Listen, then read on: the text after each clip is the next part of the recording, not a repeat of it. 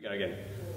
Hey there, it's Marcus Bird, Practitioner Success Guru, and this is your Practitioner Success Tip of the Week, and I'm with the incredible, amazing, and really beautiful and lovely Christina, who I've been spending the week with, and we were just having a bit of a chat about overwhelm, and that one of the biggest sabotage patterns, I think, with practitioners and with business owners is that when you get into overwhelm, and it just shuts everything down. And so if you don't want overwhelm to get in your road of success, then I've just got Christina here who's going to share a few words with you.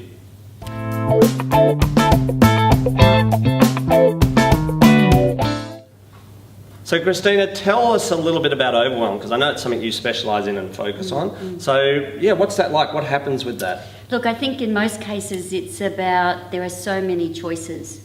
There's so many things for us to choose all day long from morning till night. There's so much to get done, there's so many choices. So I think it comes down to a capacity issue for most of us. Right.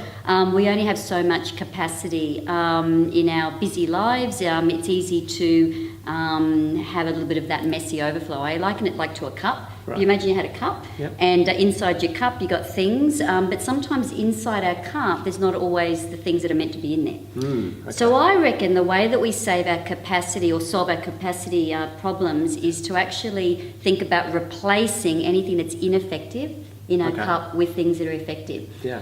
The way that we do that is not necessarily clearly to work longer hours, because that's not going to fix it, not necessarily to add stuff into our cup, but to actually, don't add anything into your cup, just not yet, okay? Right. Actually look inside your cup and go, okay, what's in there? Is there a little bit of stuff in there for me? Yeah, okay. Is there a little bit of stuff in there that's family? There's a lot of stuff in that cup. A lot of stuff in the cup. Scary. It gets to the top of the brim there. And what's in there? Yeah. Is it effective that's in there? And I think a lot of the time we're 100% at capacity as far as our effort goes.